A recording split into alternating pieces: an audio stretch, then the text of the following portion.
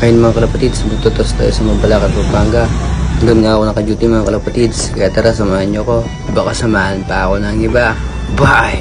Medyo umuulan nga mga kalapatids. Di ko nga sigurado kung makakauwi yung mga jet fighter natin. Pang south yung mga jet fighter natin ngayon mga kalapatids. Dahil medyo masama yung panahon mga kalapatids. Ang lakas ng ulan sa Kapstarkak mga kalapatids.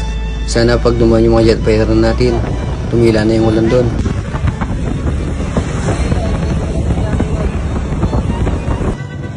Ayun mga kalapatids, napakawalan na natin yung mga jet fighter natin dyan. Hindi ko lang na-videoan kanina mga kalapatids kasi wala tayong taga-video.